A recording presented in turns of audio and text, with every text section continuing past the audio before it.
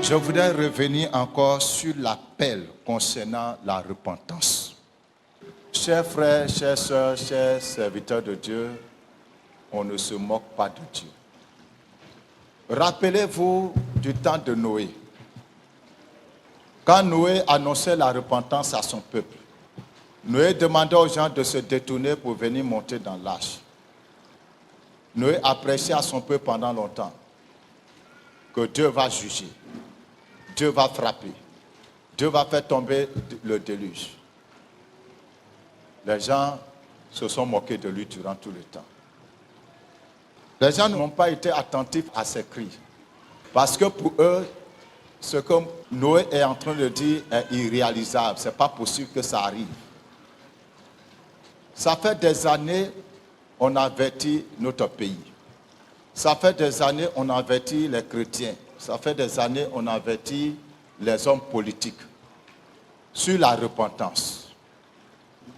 Et cette année, le Seigneur s'est fait encore plus précis. Et nous avons libéré le message de la repentance à tout le monde. Que l'année 2025 était divisée en deux parties. La deuxième partie dans laquelle nous sommes, qui sont ouvertes depuis le mois de juillet, c'est une saison de jugement. Nous avons interpellé les gens sur tous ceux qui, en particulier, ont commis des crimes de sang.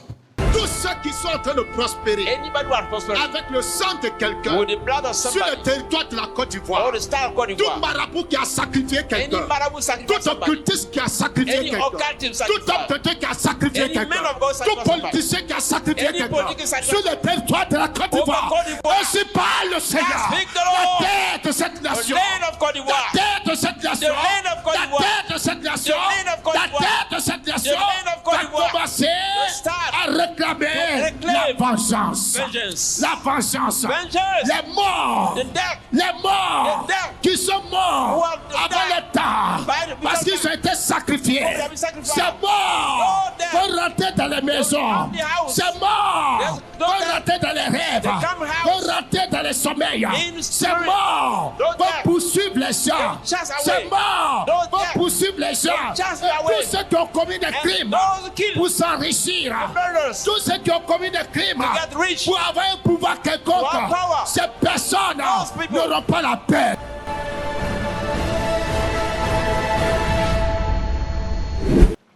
Que les gens cherchent à se repentir. Parce que le jugement est inévitable. Et nous sommes déjà dans cette saison. Chaque jour qui passe nous rapproche de l'épicentre de l'action de Dieu. Chacun doit fouiller sa vie et laver sa robe. Les hommes de Dieu qui sont dans l'occultisme, la franc-maçonnerie, le vaudou, le fétichisme.